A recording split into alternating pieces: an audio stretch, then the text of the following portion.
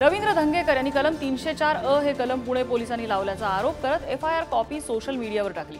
तर कलम 304 आणि 304 ही दोन्ही कलम लावली आहेत असं म्हणत भाजपचे पुण्यातले मुख्य उमेदवार मुरलीधर मोहोळ यांनी प्रत्युत्तर दिले आहे। या प्रकरणात काल देवेंद्र फडणवीस यांनी पत्रकार परिषद घेतली होती, त्यामध्ये सुद्धा हा मुद्दा उपस्थित झालेला होता। यावेळेला 304 हेच कलम लावण्यात आलेलं होतं असा आक्षेप घेण्यात आला होता। मात्र न्यायालयापुढे हे प्रकरण जाताना त्यात 304 आणि 304 ही दोन्ही कलम होती असं देवेंद्र फडणवीस म्हणाले।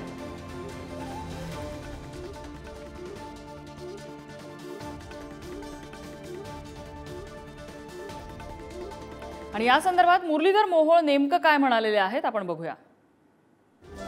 लोक तुम्हाला का नाकारतात? कारण तुमचा अभ्यास कच्चा असतो। खोटे नॅरेटिव्ह सेट करण्यासाठी तुम्ही काहीही करू शकता।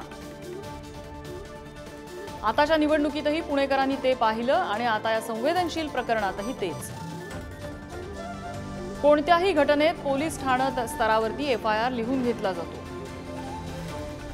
त्यात लावलेली कलम योग्य आहेत की नाही हे वरिष्ठ अधिकारी तपासतात आणि मग तो न्यायालयात जातो। मंगळवारीही उपमुख्यमंत्री माननीय देवेंद्रजी फडणवीस यांनी हेच सांगितलं की या प्रकरणात कलम 304 हे पहिल्यापासून लावलेलं आहे। म्हणजे मूळ एफआयआर दाखल करतानाच ही 19 तारखेची कॉपी तुमच्या माहितीसाठी कलम 304 त्यात आधीपासून आहे असं म्हणत या एक्स पोस्ट सोबत त्यांनी एफआयआरची कॉपी जोडलेली आहे। त्यामुळे साप म्हणून भुई थोपटणं हे धंदे सोडून द्या। पुणेकर तुम्हाला चांगलंच ओळखून आहेत असं मुरलीधर मोहोळ म्हणाले। तुम्हाला लोक का नाकारतात? कारण तुमचा अभ्यास कच्चा असतो असं मोहोळ यांनी म्हटलंय। विरोधकांवर टीका केली आहे। आणि यावर काल देवेंद्र फडणवीस यांनी काय म्हटलं होतं आणि अंबादास दानवेंनी काय उत्तर दिलंय आपण बघूया। ही घटना घडल्यानंतर पोलिसांनी कारवाई करत जो काही ऍप्लिकेशन रिमांडचा ज्युव्हेनाइल जस्टिस बोर्डकडे सबमिट केला होता, एकतर त्याच्यामध्ये अतिशय स्पष्टपणे 304 आयपीसीचा कलम